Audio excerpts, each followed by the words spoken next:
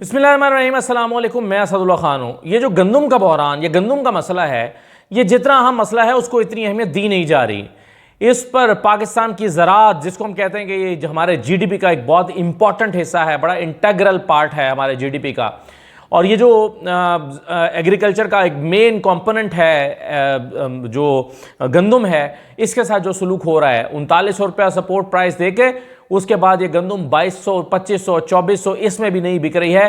और लोगों की गंदम अब तो बारिशों के बायस चूंकि गीली हो गई है, कोई उसको उठाने के लिए तैयार नहीं है, तो खदशा यह है कि कौड़ियों के भाव गंदम जिनके पास अभी तक बिकी नहीं है, जिनके पास मौजूद है, कौड़ियों के भाव उनकी गंदम जाएगी।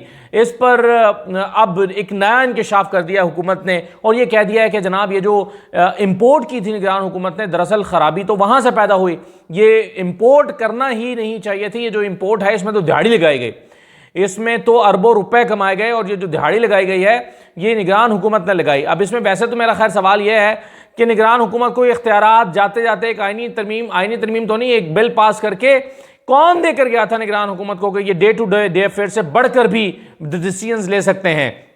ये जो हुकूमत है हमारी पीडीएम की हुकूमत थी, इसी हुकूमत ने जाते जाते एक बिल पास किया था जिसके मुताबिक इसने निगरान हुकूमत के इख्तियारात में इजाफा किया था। हालांकि निगरान हुकूमत का काम सिर्फ डे टू डे अफेयर चलाना और इलेक्शन के मामला को देखना, साफ शफाफ इलेक्शन करवाना, ये इसकी जिम्मेदारी है। इलेक्शन कमीशन जो इनको रिकमेंडेशन दे उस पर अमल दरामद करना, ये इनकी जिम्मेदारी है।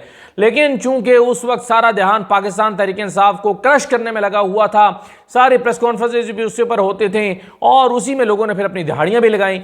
कोई कह रहा है 85 अरब रुपए की दिहाड़ी लगाई गई, कोई कह रहा है कि 80 अरब रुपए की दिहाड़ी लगाई गई।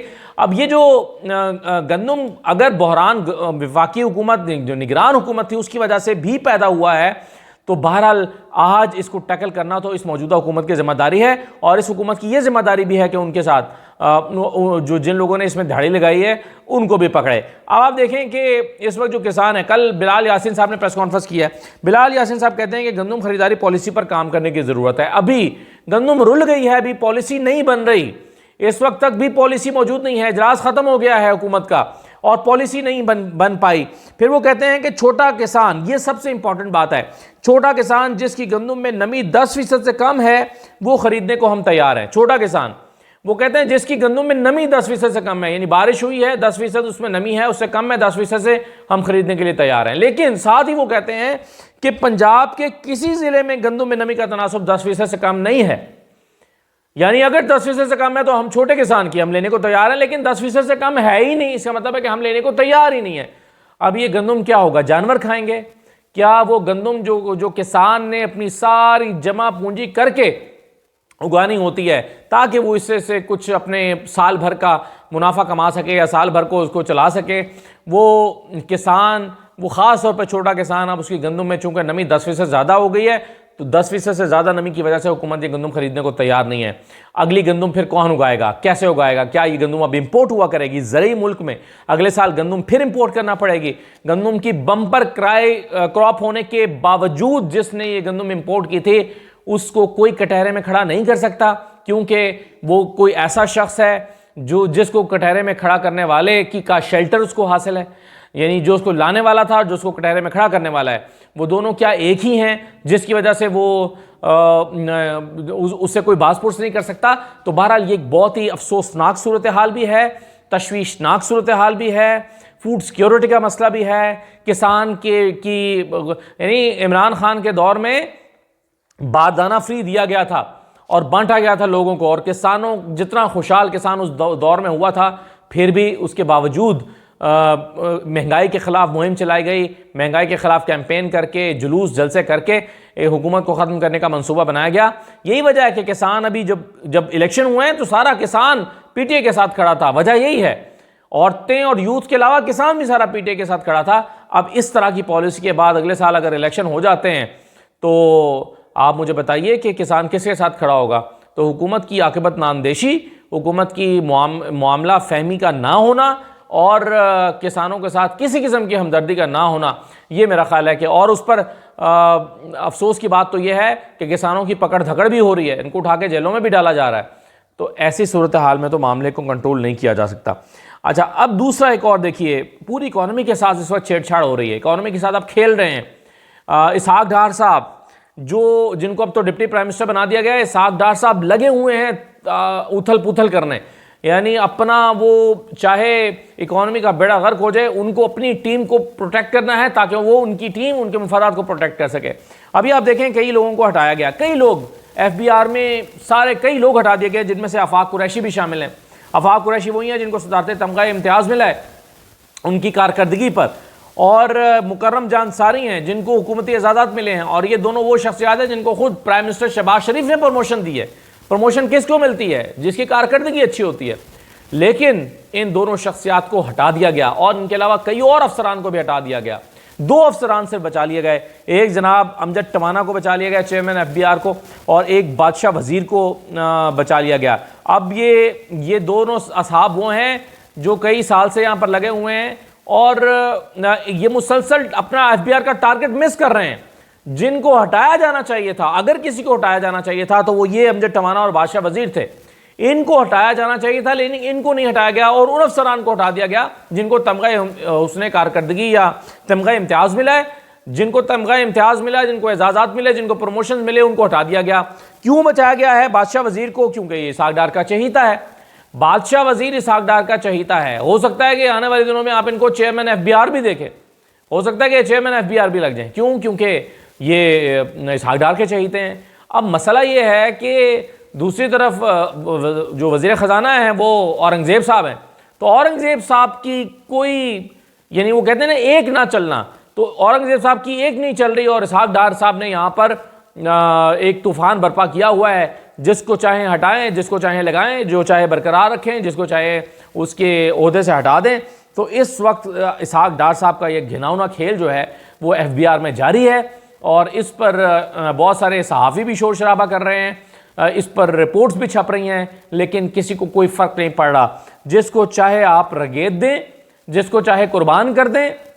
वो अफसरान जिनकी जो है वो एक मुद्दत से जिनका एक्सपीरियंस है, और यह आफाक कुरैशी तो वो है जिनके बारे में कहा जाता है कि जिन्होंने IMF के साथ ये जो डील है उसमें भी एक इंपॉर्टेंट रोल प्ले किया है उसके होमवर्क में, और इनको हटा दिया गया है। लेकिन बादशाह वजीर जनाब वो नहीं हटेंगे क्योंकि वो इसहाक डार के चहीते हैं।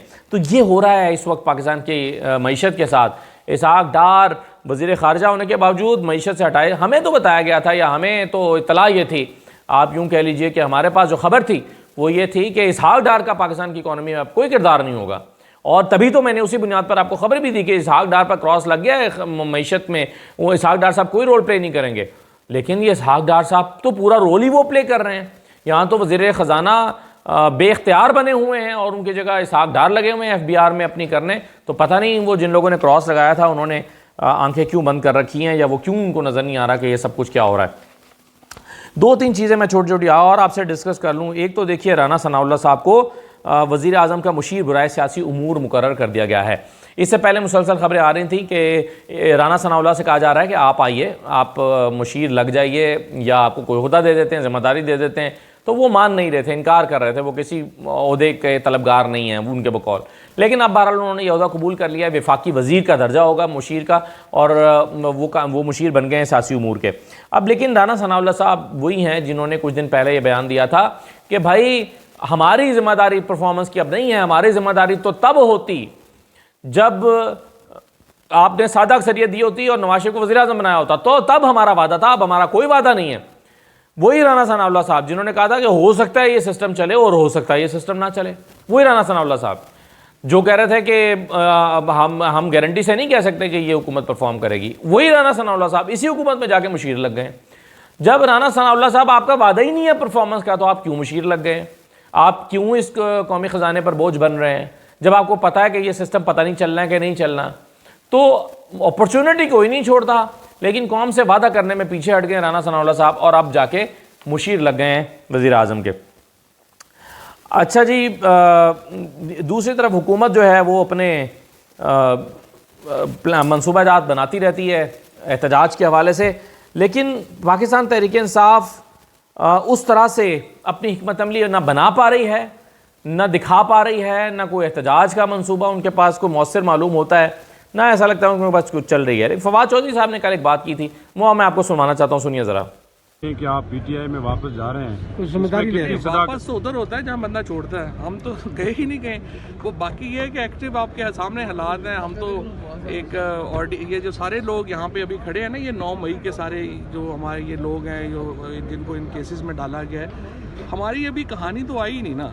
अभी तो सिर्फ उन लोगों की कहानी आ रही है जिनको कहानी बयान करने की इजाज़त है, जो टीवियों पे बैठ सकते हैं, जो रोज़ जो है वो आ जा सकते हैं, कर सकते हैं। हमारी साइड की तो भी स्टोरी ही नहीं आई। वो आप सुनेंगे तो आपको पता नहीं कब आएंगी। जो साहब सुनेंगे तो पता ये बताइएगा कि एस्टेब्लिशमेंट के साथ कोई मुज़ाकरात की बातें चल रही हैं? हमें क्या पता, हम तो जेल में होते हैं। ये बताएं हुकूमत की कारकर्दगी को कैसे देखते हैं? हुकूमत देखिए, ये हुकूमत की लेजिटिमेसी नहीं है। हुकूमत तो फॉर्म 47 पे खड़ी है। कल मौलाना फजल रहमान की जो तकरीर है, मेरा ये ख्याल है कि अगर फजल रहमान साहब ने फैसला कर लिया कि हुकूमत हटेगी और पीटीआई और फजल रहमान किसी मौके के ऊपर इकट्ठे हो गए, तो ये हुकूमत 2 से 3 महीने से ज़्यादा नहीं चलेगी। तो आप क्या समझते हैं कि इसमें कितनी उनको कामयाबी हासिल होगी? मौलाना फजल रहमान के मौलाना फजल रहमान ने इस वक्त खैबर पख्तूनख्वा सूबा पूरा एक तरफ खड़ा है। 2 ही बड़े धड़े हैं ना, एक तरफ पीटीआई है, दूसरा DUI है। दोनों इकट्ठे हो जाएंगे तो खैबर पख्तूनख्वा तो 100% खिलाफ है, पंजाब 100% खिलाफ है। ये हुकूमत कैसे चलेगी? नहीं चल सकती। नॉर्मलाइज पीटीआई मौलाना से बात नहीं कर रही है, करनी चाहिए नहीं कर 100% सबसे बात करनी चाहिए। बात के बगैर तो नहीं चीज़ें होती। तो क्या चेयरमैन पीटीआई मौलाना साहब के साथ बैठे?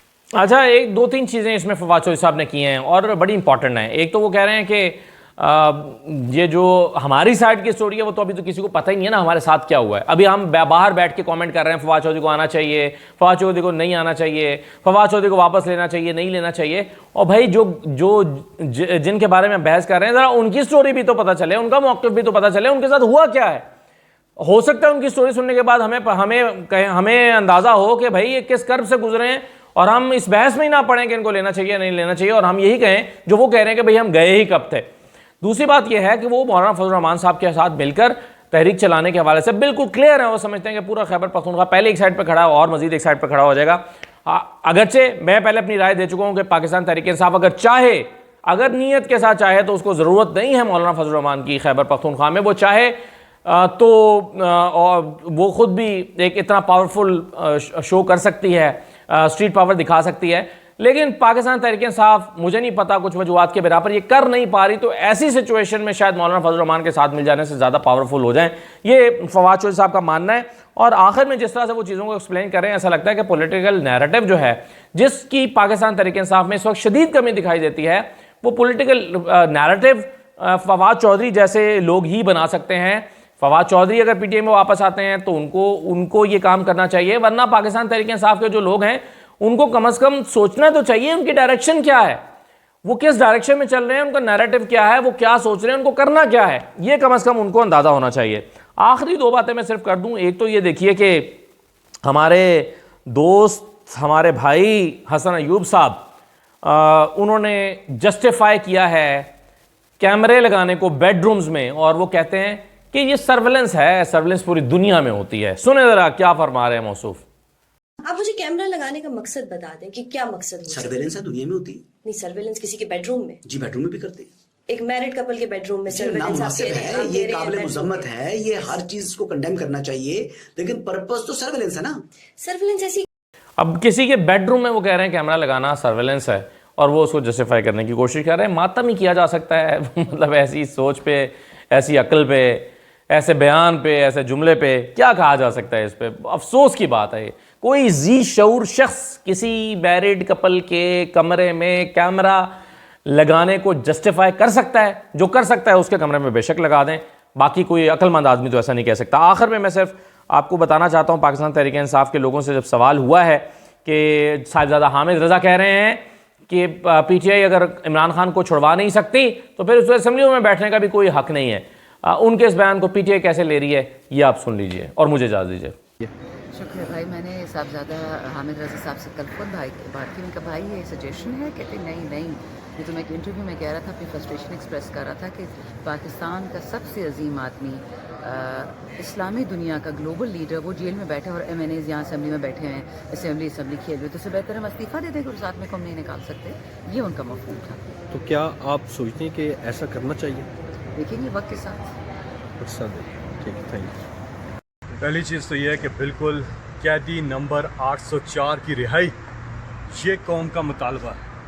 और इसके लिए पूरी कौम जो है वो तैयार है। और दूसरी चीज़, इस्तीफ़े किसको देने चाहिए? इस्तीफ़े पीटीआई को नहीं, इस्तीफ़े देने चाहिए फॉर्म 47 वाले एमपीज़ को। जितने भी एमपीज़ हैं, चाहे वो एमएनएज़ हैं, चाहे वो उधर सूबाई असम्बलियों में एमपीज़ हैं, उन सबको इस्तीफ़े देने चाहिए, क्योंकि असल हकदार वो हैं जो कि फॉर्म 45 से जीत के आए, जिनको हरा दिया गया और वो आए वापस असम्बलियों में, वो उनको लाया जाए। और ये जो जालसाजी वाले हैं, फॉर्म 47 वाले एमपीज़, इनको इस्तीफ़ा देना चाहिए। खुदकुशी की मुतरादिफ है, ये ऐसी है जैसे सुकरात ने जहर का प्याला पिया था।